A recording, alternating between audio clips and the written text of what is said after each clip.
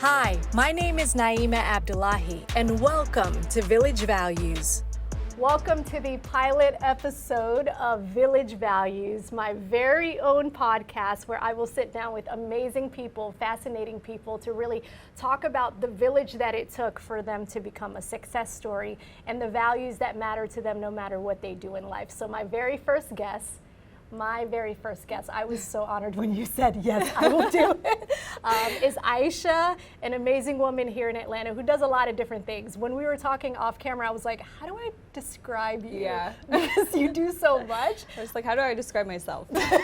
So I'm the president of the Diop agency, project manager for Marquee Entertainment, and then I work for Julio Jones day-to-day, project management, all the above. I love that. So not only are you tapped into, the music industry, not only are you tapped in as a project manager, also the film industry, you just have a variety of so many different interests that are so fascinating.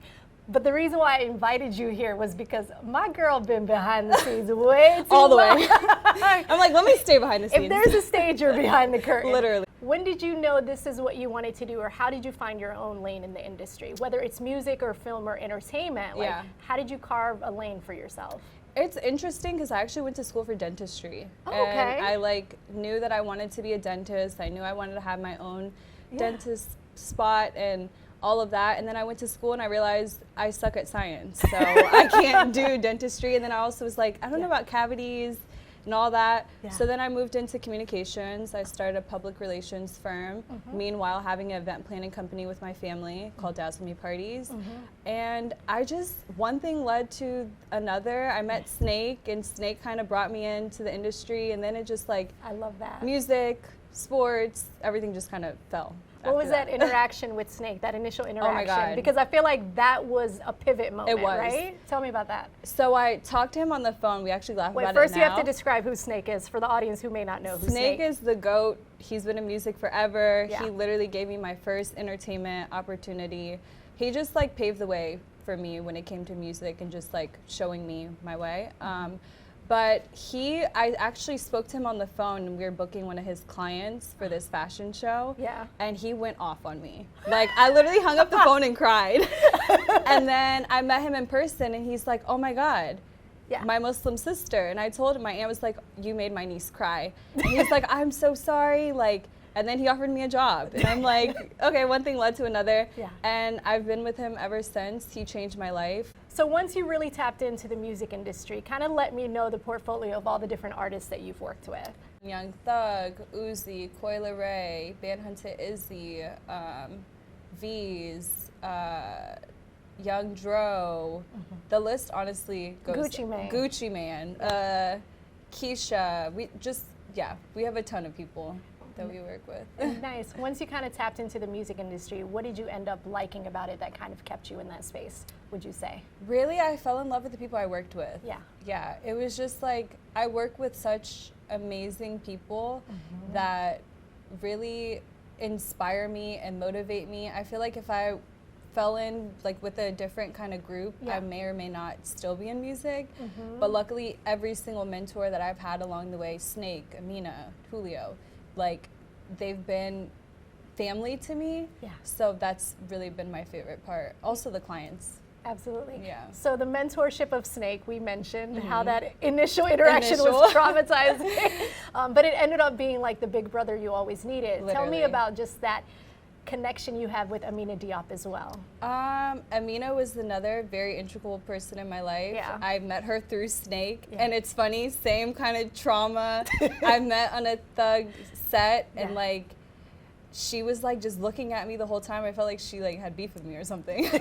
And we left, and Snake was like, oh, Amina wants to hire you. I was like, no way, she doesn't like me. And he was like, no, she was just observing you, and she really liked how you were to yourself, and you were just doing your work, you weren't in the mix.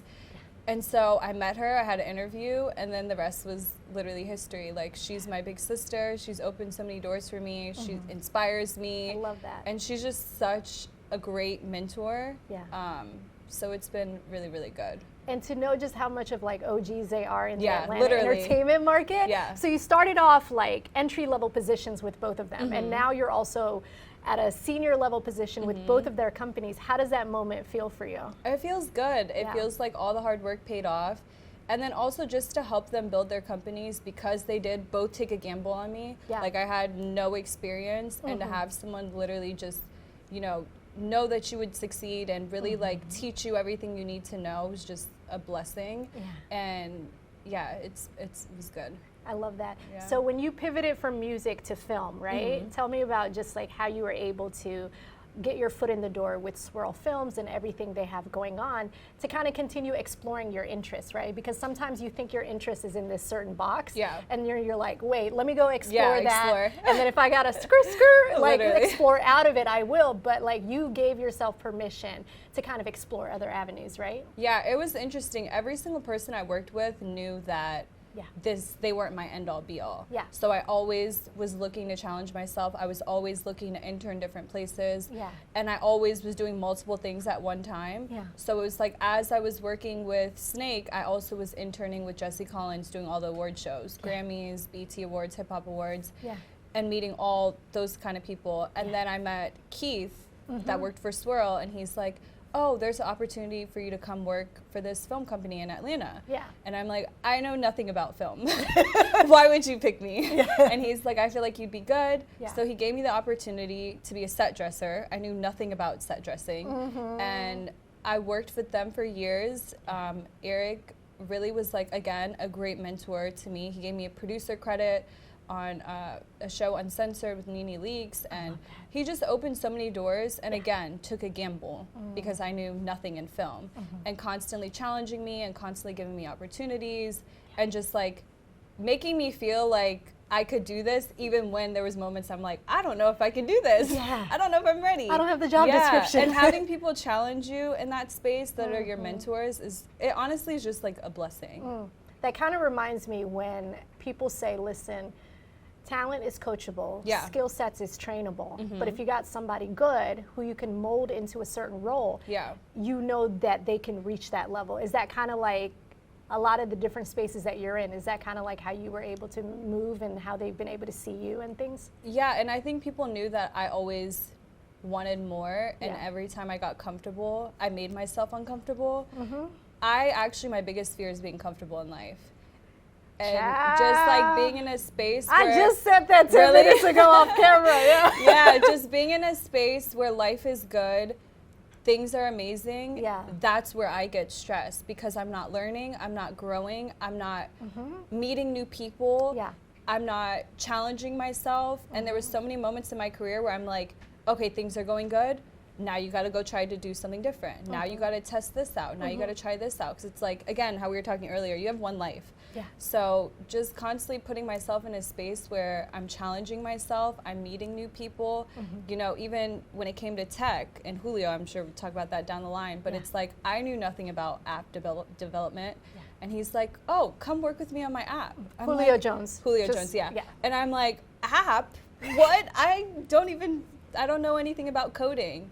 But it's like those spaces really helped me grow. A few years ago, you hit me up and you said, hey, we're doing a holiday, community give back. Do you want to come volunteer? Julio Jones is going to be there. I'm like, I will do what you need me to do. Giving away little games and things to the kids. And at that time, I didn't know that that was part of your pivot, that moment. So kind of describe to me how that opportunity came about. Yeah, so we had been friends for a really long time. And I was working, again, with Amina and Snake still. And then I was working at Swirl full time. And he was just like, I want you to come help me with this app. It's gonna be dope. Like, I think you'd enjoy it. And it took me a really long time because at that point in my life, I was so comfortable. Things were going good. This was post-COVID where you really couldn't spend money, so you just had money. And things were good, but I knew I needed something different. I needed a new challenge. And so I told Eric that, I decided to go a different direction. And I felt like I had hit my peak in film for a little bit where I just needed a break.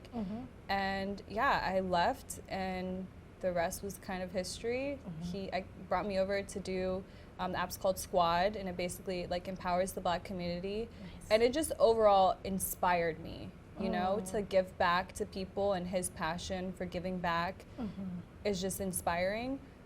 So I just wanted to be a part of his journey with that. And helping him kind of build it and Yeah. everything. Have you ever had a moment of like self-doubt or imposter syndrome, or like you're going into an uncharted territory that you haven't had someone else in your family kind of go through? Like, have you ever had any questioning moments? Like, where did you get your confidence from in the process of trusting the process? You know what I mean? Yeah, early in my career a lot. And Okay. a lot of it came from me wearing hijab and being Muslim and being in spaces that like I was never in before, or there was no one that looked like me, and just doubting myself and being like, I don't know if I'm gonna be accepted, I don't know how people are gonna feel about me. And then I just realized that like I'm who I am, Yeah. you know what I mean? And people can either like it or not. And just over time, being in spaces that challenged me, I feel like I just became more and more confident in who I was, because it's, you know, Yeah. just embracing it. Oh, for sure. I know for me, when I first got in the industry, like with a name like Neima Abdulahi, you cannot hide. At all. But it's so beautiful. It is, right? But I was told for so long, like, yo, you don't have a TV name, whatever. I'm like, what's a TV name? And then I found out people change their last names Yeah. to become a TV personality or a TV anchor. And I'm just like, change my name. I It did is not my know. whole identity. Exactly. Like, as a Somali immigrant, like, we're taking Abdullahi wherever I go. Literally. So I kind of went through a little bit of that because I didn't see Muslim women on TV in major markets before.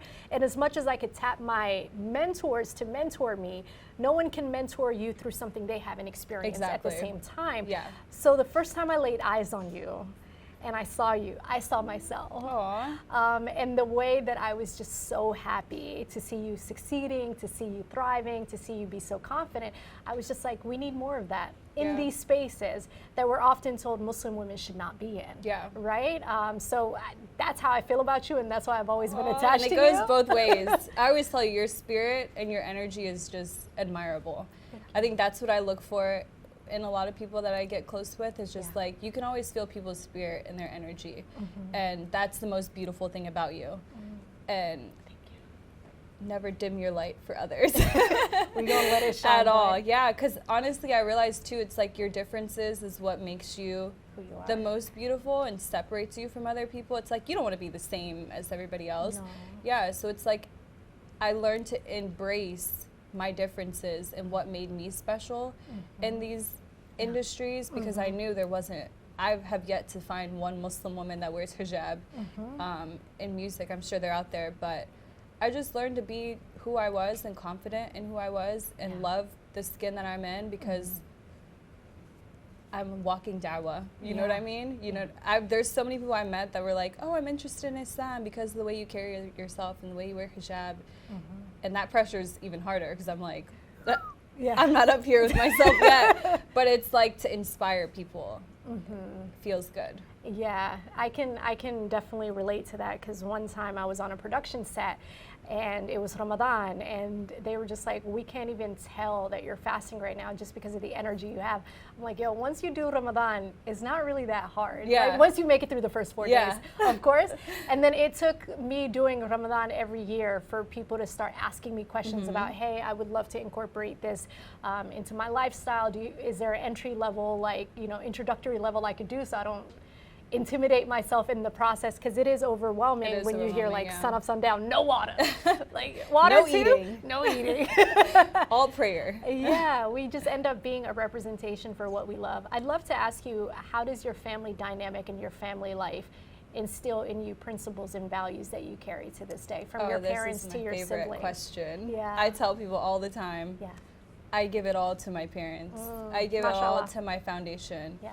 Because I honestly had the best of both worlds when it came to foundation. My dad was a promoter.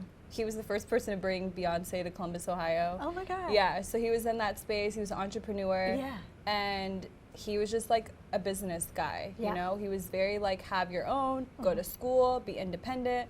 And then my mom, just this sweet, loving, amazing woman that like taught me everything about faith and just being a well-rounded person. And it's like that combination, I feel like, is the reason why I am the way that I am in these spaces, and being comfortable and confident and loving my background and who I am and being Muslim. Yeah. It's like they really laid such great groundwork and foundation where it's like I'm appreciative because I wouldn't have made it in this industry at all. If it wasn't for the for call them. logs. Yeah, and even just when it comes to doing things for money and, you know, waiving your boundaries and, you know, just doing things that aren't in your character for situations and being swayed to do stuff. It's like that you don't believe in. That you don't believe in, yeah. My parents just like did a really good job at showing me that early on and constantly instilling it in me so that once I got out into the real world, I was like, y'all, I was prepared. I was prepared for every they outcome. told me about this, yeah. So one of the things I realized in Atlanta is it's such a hustle culture in the city. Everybody's trying to be something, right? Yeah. And when you're also building your career, you realize just how much toxic ego you can also be around, how much negative energy, how much negative influence, how much of a transactional industry it is, where it's not always transformational, right? Correct. Everyone's looking at you trying to see, what can I get out of this situation? How can I monetize this handshake or whatever? Yeah. How do you build boundaries around just being around authentic people who genuinely are part of your village and just all the other stuff that it comes with too, you know what I mean? I think everyone that's around me knows my biggest thing, my belief right here is I don't get moved by money. I don't care what the situation is. I don't care what the opportunity. I could go down the list and tell you opportunities, situations, things that were offered to me with people that didn't align with my spirit, didn't align with who I was as a person. And I always just know the money is gonna come. You know what I mean? In whatever situation, I'm willing to stay down, to grow, to see something through. But it's like for me, not being moved by money and also just protecting your peace and just knowing that every situation may not be for you, every group may not be for you, and be willing to kind of just walk away, you know? And everybody's not your business partner. At all. I think a lot of times people don't know how to say no. They look at big names, they look at this, so it's this brand, it's that brand, but every brand is not gonna align with who you are. And especially the older I get, it's like I look at, okay, this brand is supporting X, Y, and Z. This brand is a part of this, or this group, they align with this, and that's not what I personally align with, so I'm fine. And trust me, all the time, like the block will spin. God is gonna bless you with something bigger and better, you know, all the time, but sometimes you just have to be willing to say no to certain things and know that a bigger blessing is going to come along the way. I love that so much. What is an advice you would give to younger Aisha who could see into the future and to see what you're doing now? What would you say to her so that she could trust the process and believe in the process? Stay true to yourself. Don't waive your boundaries.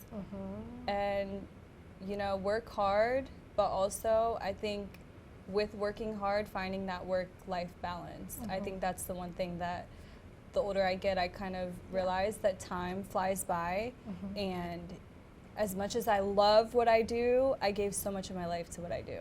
I gave so much of my 20s to what I do. 20s and the beginning of my 30s, you know, and like I was telling you over there, it's like I'm in my self-care, soft life, which doesn't mean that I'm putting work to the side, but just knowing that it's a work-life balance, you know? You have to also live for yourself, travel, enjoy life. The fruit of all your labors. Yeah, the fruit of all your labors, because what's the point if you're not able to enjoy it? So of everything you've ever worked hard for. So I've gone through that as well. I love that advice you gave. And what is an aha moment that you experienced early on that you were just like, I'm on the right track? I think for me, it's when I was able to help my siblings and bring them on. Because my parents were so against me working in entertainment. Like, I literally one day packed all my stuff and just moved out. Like, me and my sister got in an argument, I moved out, never looked back. What year was this?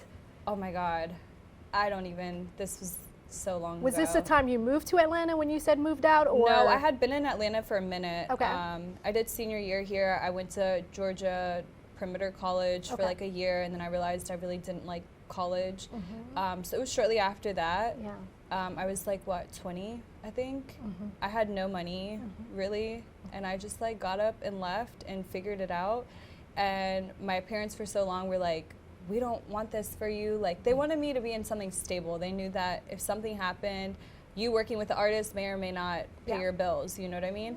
And or it may not be long term, because it's based off of the success of the artist exactly. too. And my dad was a promoter, so he knew that the money is really fickle, and he just wanted me, they wanted the best for me, but I thought they were hating on me. I'm not gonna lie, I was like, okay. Yeah. And y'all the ops, huh? Yeah, literally, I said, my own family feels like the ops. But I knew me now realizing it was out of love, because they knew that, God forbid something happens, we want you to be able to be on your own. And then the money started coming in, and my parents were like, actually, hold on. We're onto something. They said, hold on, you may be onto something. You're actually making, good money, more than if you were a dentist. Yeah. And then for me, the special moment was being able to bring my sister into it, bring my brother into it, bring opportunities to my brother-in-law. And I think that's the most satisfying, when it's like, I know it was hard for y'all to understand it for me, but now you see that I'm able to help my siblings. The generational aspect of it. I feel like that's the most exciting part. Yeah. When I chose my degree, my family, we're from Somalia.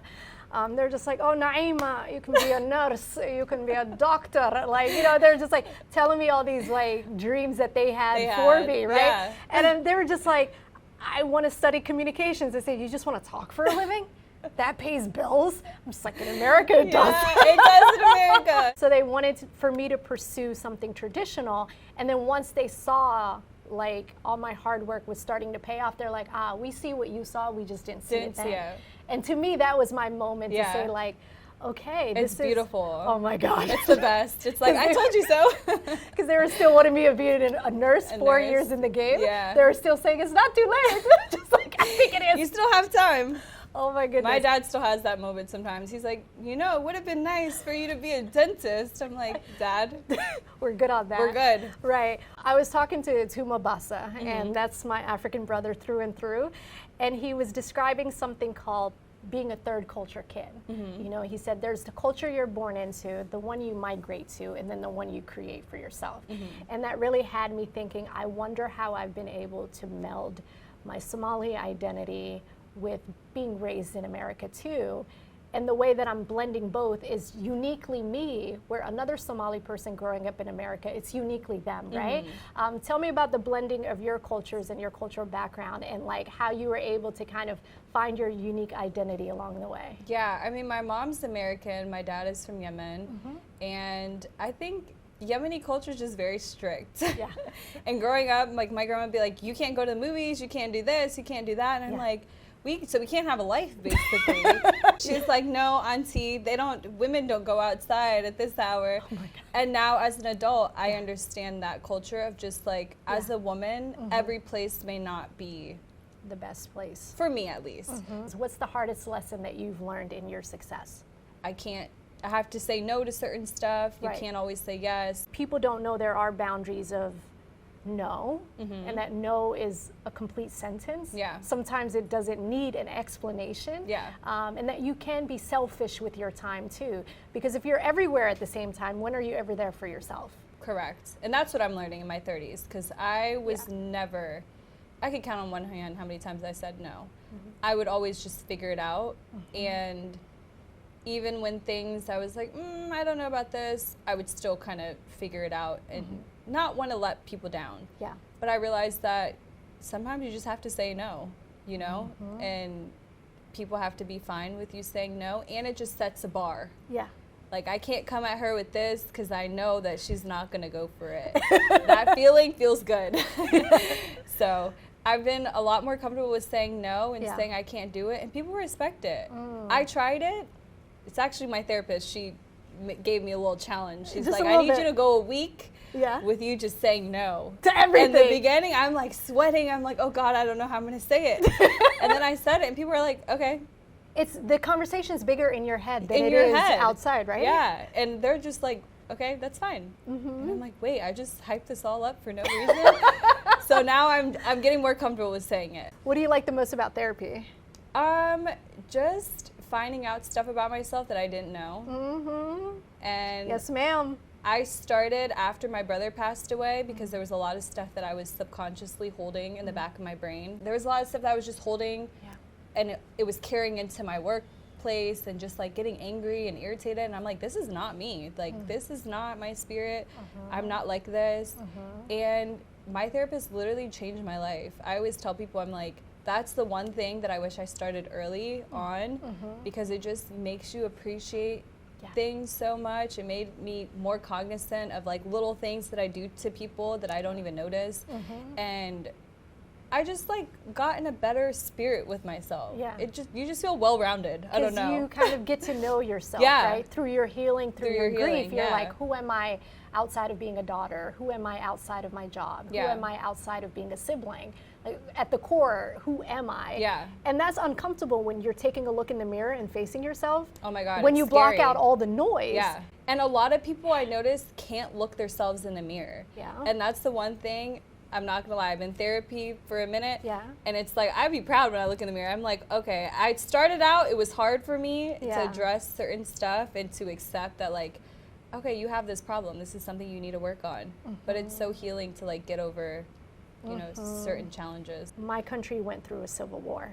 So everything we've always known is hardship, to the point where we say, like, you know, you'll get through it. It's okay. You're strong. You're resilient. And I'm like, I don't want to celebrate resilience anymore.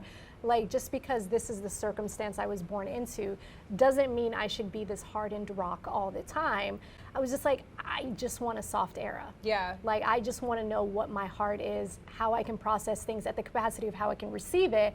So a lot of my therapy journey was just like, literally just like getting comfortable with the softest form of myself and not running away from her. Not running away. You know what I mean? That's huge. Because someone actually told me, they're like, you're such a strong woman. I said, that is a trigger. I hate hearing that. I don't want to be a strong woman. We should have never been in positions to ever be that strong. I can do it, but I don't want to be celebrated as a strong woman. It's not a compliment. No, I was like, I don't want to be doing manual labor. I want to be in my soft era. Soft era, okay? But yeah, that's it. I agree with that, with us just constantly feeling like we have to be hardened and it be okay to just, you know, carry so much. But one thing I love about you is how you've been able to trust the process time and time again, and it always guided you in the places where you've belonged all along. You've literally been in spaces that allowed you to find your superpowers within those spaces because you were able to trust the process. A lot of people want a blueprint, right? You were able to craft your blueprint as you went along, and that takes courage. That takes bravery, and that takes a part of trusting the process that I try to carry as well, because there is no script for the perfect life or the life that is to your own liking. You just have to go create it, right? Yeah. I think something that I always stood on too was like, I wanted to be the best, but I also never wanted excess. You know what I mean? Okay. It's like I wanted to be the best at what I did, but I also like knew that there was balance, because I know with going all the way to the top, there's a lot of negatives. So I always just wanted to be comfortable. Even when it came to like making money and that kind of stuff, it's like I never chased excess. I never chased, it's like just being comfortable for me is my happy place. I know there's some people, I want 10 Lamborghinis in the driveway, and 10 million, which is all great and to each his own. Right. But it's like for me, I knew what came with all of that, and again, I always wanted to be the best, but I also wanted to be at my level of comfort, if that makes sense. That does, because some people at the top are the most unhappiest people you ever meet, because they got all the material things, but they never were able to find happiness and joy within their success. So you're just kind of like, excess might be the thing that kind of takes me away from my joy. And just seeing a lot of artists too on the way, where you see people that have so much, they have everything. And again, like you said, they're so unhappy. And I'm like, people are like, how are they not happy? Like, they have literally at their beckoning call, they can have any and everything that they want. Women, food, clothes, whatever, cars. And it's just, I saw so much of that it made me almost repel and not want any of that. And just, I think a level of just comfort in who you are and what you have, and just being able to travel and do things, but just not excess. Not excess. And a lot of the mentors you have taught you the power of your circle. Yeah. And the people you should keep within those close circles. And one of those, like, you know, Snake was telling me how Gucci's team is very small. Despite his success being global, he's very mindful about those he keeps in his circle.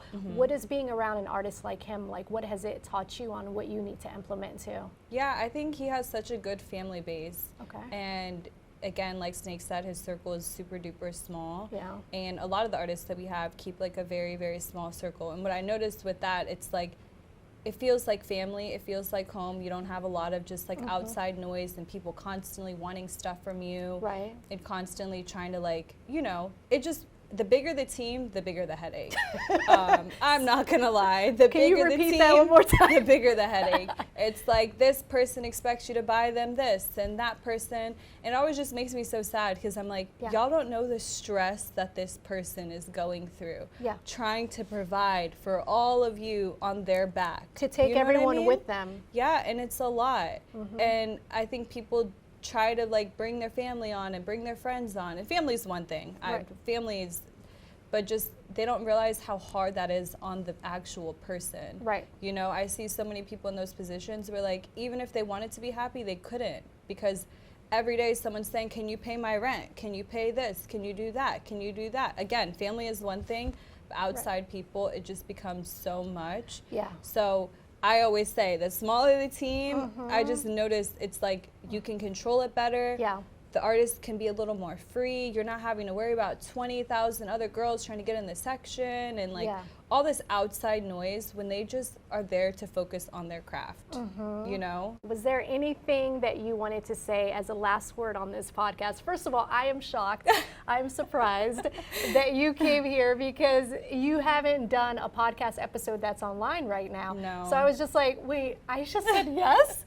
Like, I was just like, Aisha said yes? I just felt like I hadn't, not saying I haven't accomplished enough, but I'm just very, I don't know, to myself. People that know me, but I just don't really like, I don't know. Well, can I challenge you? I know, but can I challenge you? In you doing this episode means a lot because you're giving a voice to your journey that no one can ever rewrite because you wrote it yourself.